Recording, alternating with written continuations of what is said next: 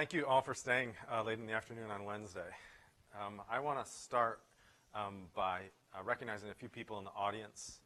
Clint Taylor, Sarah Hecht, Faith James, Christina Lupi, all from Sentient Decision Science, and recognize all of your hard work and contribution to what we're presenting here today. Without your work, bringing our vision to the market research world wouldn't be a reality, so thank you for that. And thank you to everybody back at our offices who are currently cranking on subconscious modeling and trying to predict consumer behavior. They're not here today, but their work is why we're here today. And I hope when I talk about the subconscious here this afternoon, it's not perceived as some of that crazy, creative, voodoo type of research that we just saw in the last session. But that's the fear, right? When we talk about the subconscious and what's out there, and this idea that we're trying to tap into something that people can't actually tell us, our audiences might think that it's actually kind of voodoo. So today's talk is going to focus on validation. I'm going to first define what implicit research really is and contrast it to good but non-implicit techniques. I'm then going to talk about how you integrate, or how you can integrate, conscious research methods with subconscious research methods. And then we're going to show you 5 case studies that illustrate how combining conscious and subconscious research data together is more accurate in predicting actual in-market sales. We'll try to do that in 13 minutes. So the can't say, won't say problem in market research. A lot of us know the won't say problem, which is we feel like people sometimes won't tell us the true motivators behind their behavior. They don't want to for self-presentation reasons. They're worried about what you might think of them. So we've been worried about that for a long time in market research, and we've figured out tricky ways of getting around and asking probing questions to get around that won't say problem. But perhaps the larger problem in market research is the can't say problem, which is the fact that most people don't have conscious access to the true drivers of their behavior. And so if we simply ask them explicit survey questions on why they do what they do or what's most important to them, can we really expect for them to give us answers that are reliable and predictive if they can't actually access the information? We call this can't say, won't say, and it's really about system 1 versus system 2 processing in the human mind. Just for a level set, how many people are familiar with system 1 versus system 2 processing? A lot of interest in the subconscious here. Okay. So I'll touch on that a little bit and how to integrate the two methods. So can't say and won't say are really important. In order to get at the can't say, won't say, we need true implicit research techniques. So we call this protecting business by protecting the science. You could also say something like, show me the science and I'll show you the money. And we're going to do that today. We're going to show you the science and then we're going to show you the money. So we want to define what implicit research technology is and what an implicit research technique is, because there are a lot of floating definitions out there. And we'd like to offer this one. Implicit research technology is a specialized set of indirect research tools that can reveal system 1 processing by measuring unintentional, uncontrollable responses to stimuli. And we didn't just make this up. This is based on the literature.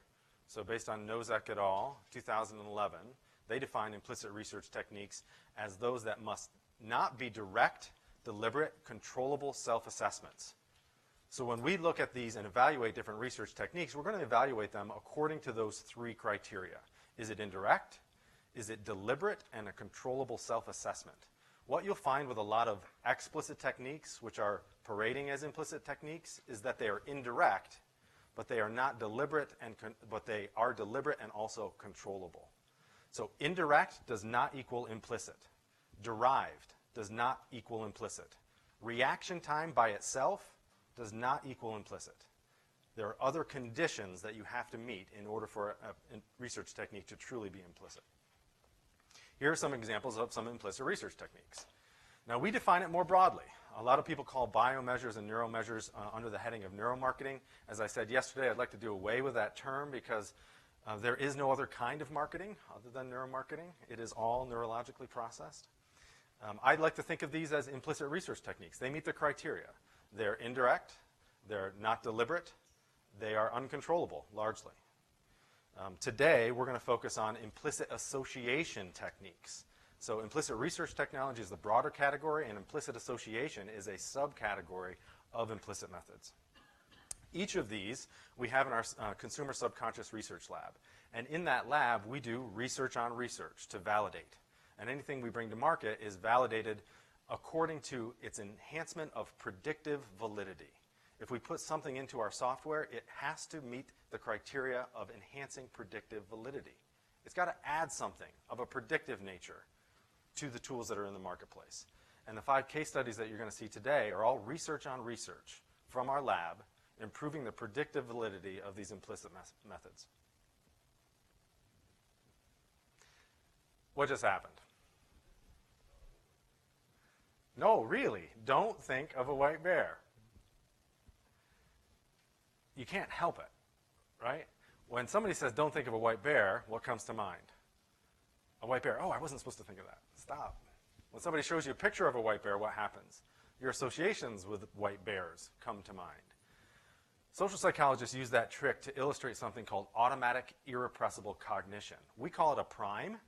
So when we show you a white bear, or a brand, or a package, or a product, or expose you to an advertising, we're priming you. The associations that you have with those stimuli automatically come to mind. You can't stop them from coming to mind. They come to mind, and then maybe you try to repress them, but they've already come to mind. That is system 1 processing.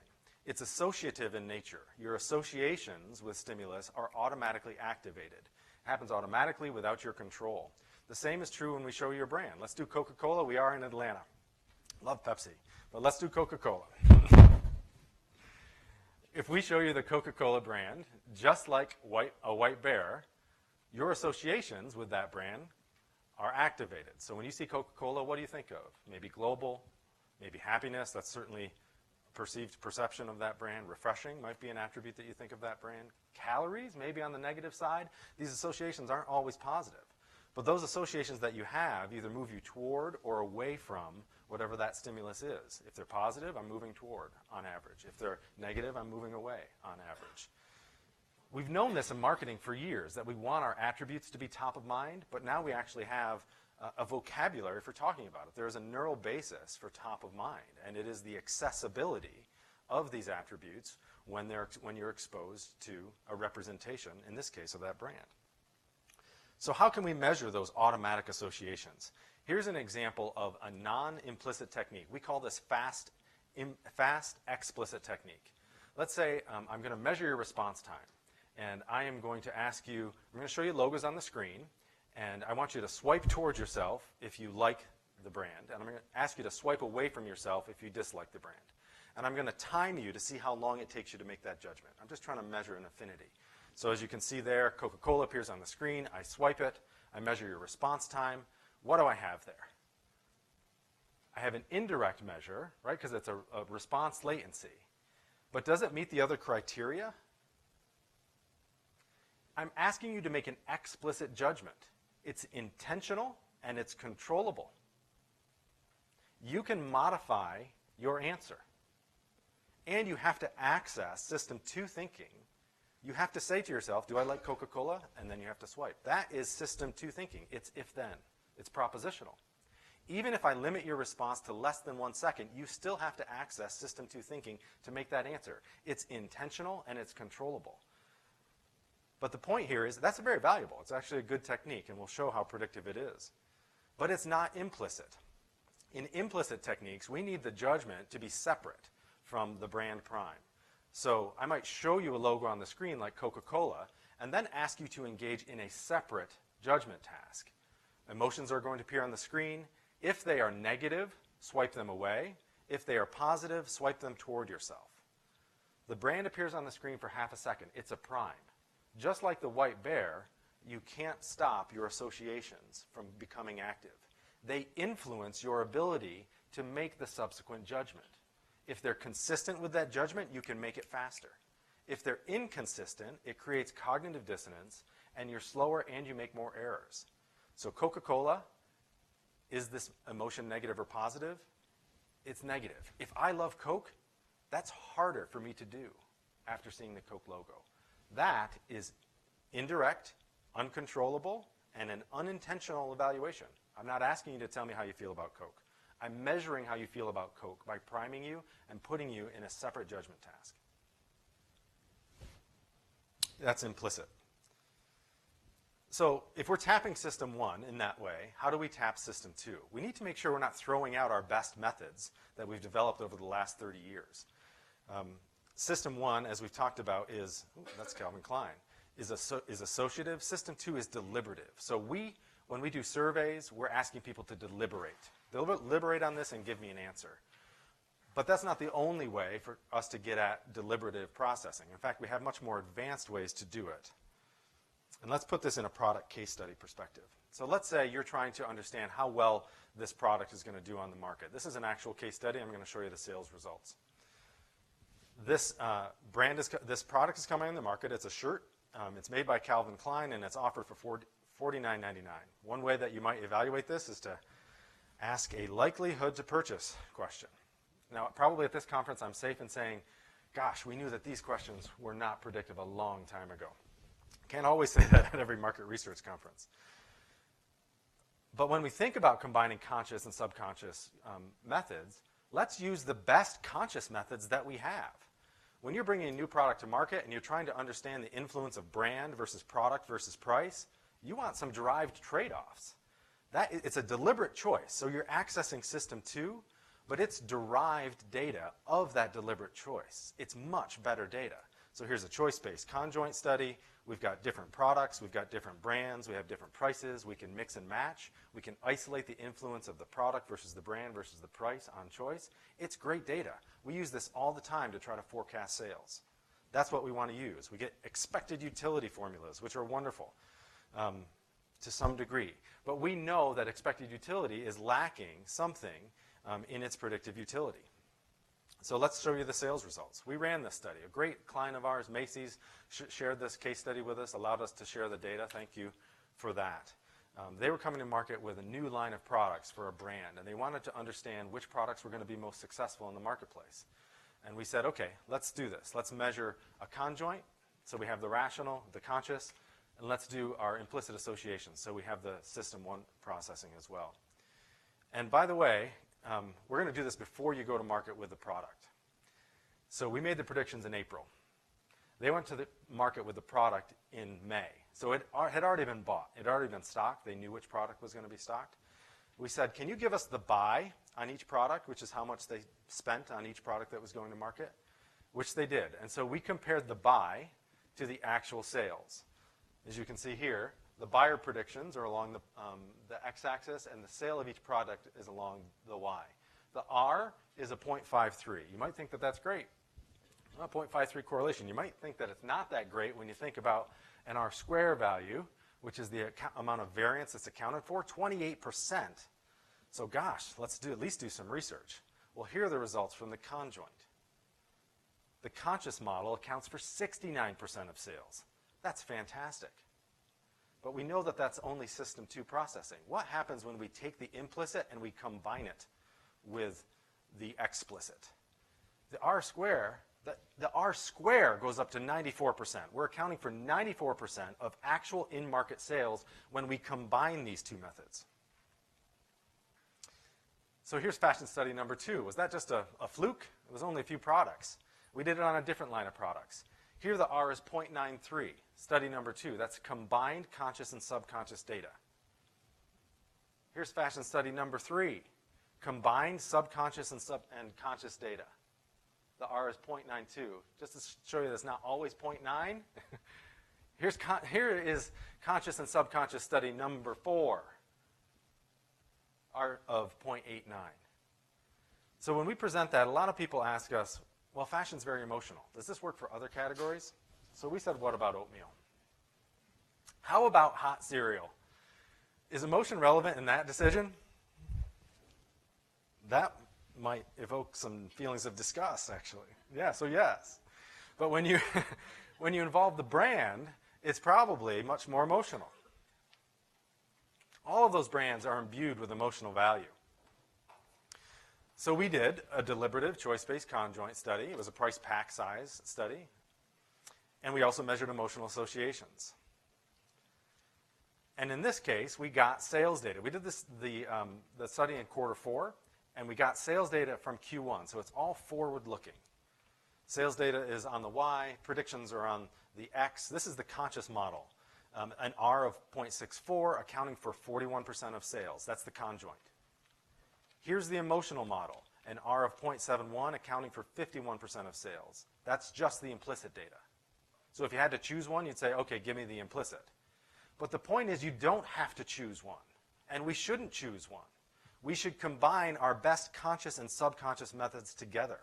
And when you combine them together, we have an R of 0.9 predicting 80% of actual sales of in-market product before they even occurred. May I go one more? One more. Thank you. The crystal ball. The last point that I want to make here against different methods is if this represents all sales, we know that this is conscious preference and this is subconscious implicit. When we combine them, they're much more accurate together. But we wanted to know, are all emotional measures equal? So we compared emotional slider scales to conscious preference because we were interested in how much they would differentiate from conscious preference. We want something that is not the same. So when you use the slider scale, you're saying, tell me how you feel about this. We did the correlation. The correlation between explicit emotional slider scales and derived preference, that's not sales, that's preference, is 89%. What that tells you is that they're largely measuring the same thing. They're only 11% unique.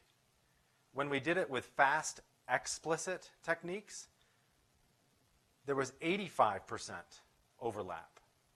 Meaning fast explicit techniques, just making a conscious judgment quickly, is only 15% unique from conscious measures.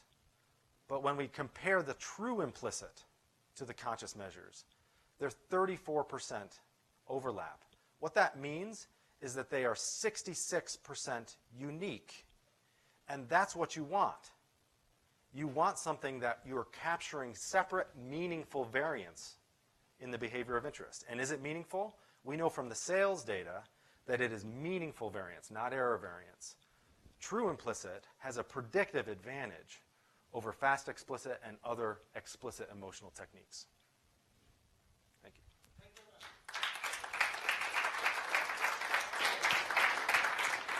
Okay, we have time for 2 quick questions or 1 regular question. So do you have any questions? 2 minutes. Yes. Just wondering about this is a bit of a technical question, but the variances you're getting when you're combining the two terms, are you refitting to recalculate the coefficients in your regression from each data set, or do you know the coefficients before you go in, like you know how much weight you're putting on each? We're letting the data tell us how much weight each measure should carry in predicting the sales. So do you have an active sample test of after you've done the fits as well? The sales data is on an aggregate level. So we're predicting sales of the individual product. So we're taking aggregated measures of from the conscious and the subconscious and using that to see how well it is aligned with actual market sales. So it is a separate sample. We'll talk after. Okay. Right. Yeah. These are kind of tied to the user experience. First one is, what if they get distracted, as I did yesterday while I was using it by somebody walking by? I always found that slows down my response time. Yeah. Does that impact results? And the second is, how do people learn to do the, I hate to say game, but how do they, because to me it's not that intuitive if I don't have a lot of instructions. Sure. So the first answer is yes. If you are distracted, it puts noise in the data. So we try to get people to pay attention. So no question, it puts noise in the data. But noise, when you think about that, that's all error variance. You still want to be able to isolate the implicit signal within that noise. What we find when people are engaged in the task is that it is actually very engaging. And the task that you're taking, a real test, requires a good warm-up period of engaging with the technique. So we're capturing a good baseline first, so you're used to the task before we put you into the priming condition. So we're understanding how you respond to the application yourself. Quick answer. I can answer more afterward if you like. Any others? Right. Okay. Thank you very much, Aaron. Thank you.